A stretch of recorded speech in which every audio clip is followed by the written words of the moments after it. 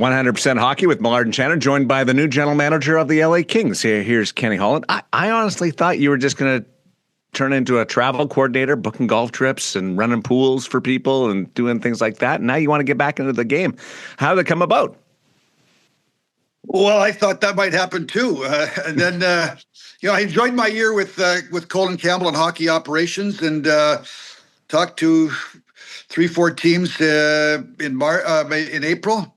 And just felt that, I have a relationship with Luc Robitaille going back to our days with the Detroit Red Wings in 01, 02, 03.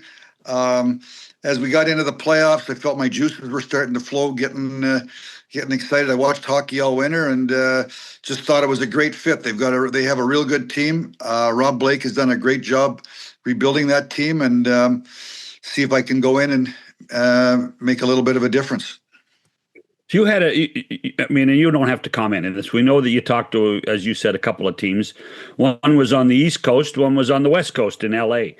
Was the travel a big part of it? Is where you could be? Because we know you live on the West Coast in Canada in the summertime. Was that a factor? Yeah, John. At this stage of my life, it had to work for my wife as well as me. Right. My wife, Cindy, we've been together since, I think we're going to 45 years here coming up. She sacrificed a lot while I was scouting and on the road. And so at this stage of our life, it had to work for me personally or me professionally and her personally.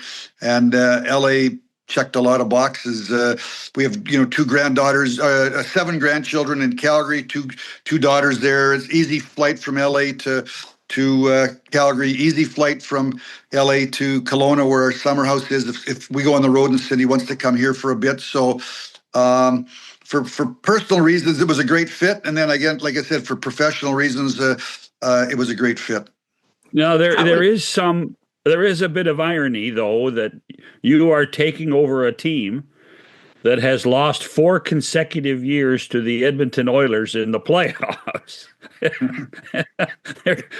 And now you have an opportunity to end that streak as the manager and being part of what the Kings are building in Los Angeles to stand in the way of the Edmonton Oilers. There has to be, you have to admit that there is a little bit of an ironic slant to that, don't you?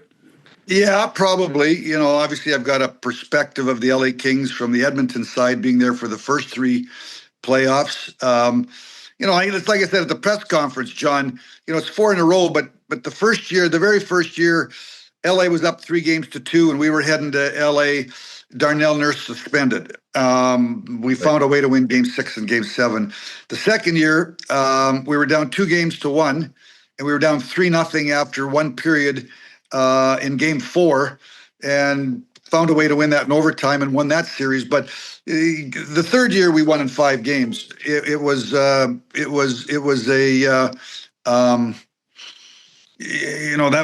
we were the better team. But the series were close this year. Obviously, LA got up 2-0, and they won the next 4. So, but you know what, John? It's not just about Edmonton. There's 16 teams in the West.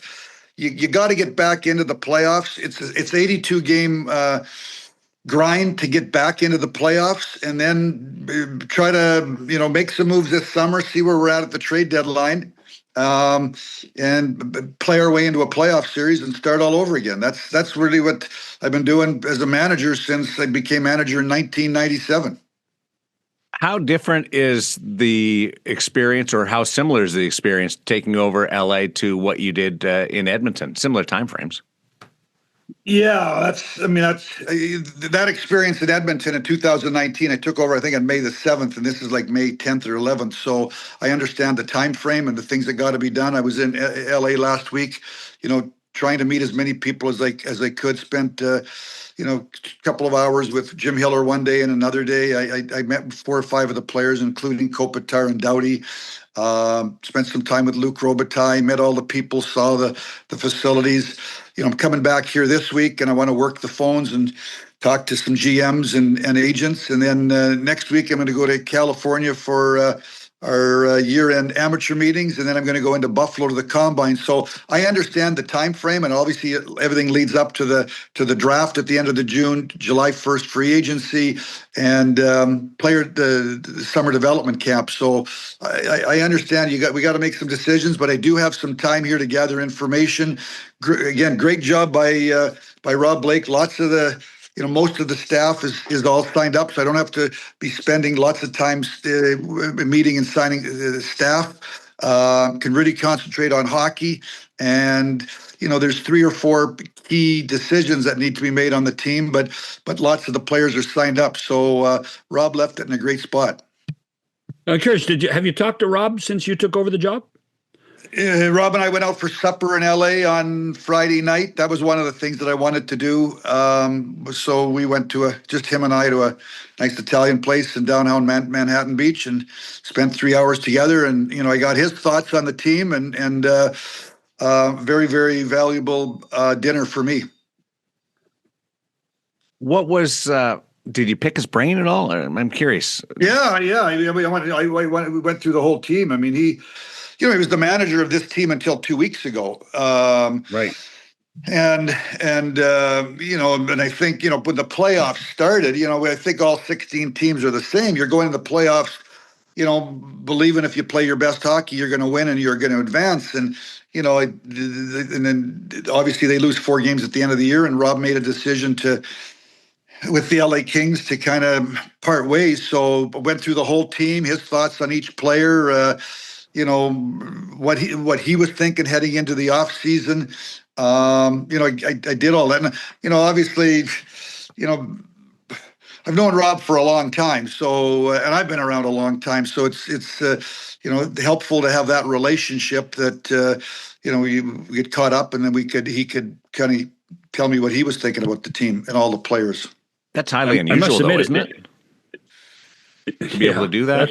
That was my point. Because how many times do you get to sit down and pick the brain of the guy you replaced to talk about what the foundation of your hockey team is? That doesn't happen very often. No, not very often. Obviously, when I went to Edmonton, Peter Chiarelli had been let go in November that year, and I got hired in May. But I did talk, obviously, to Keith Gretzky, who was the interim general manager.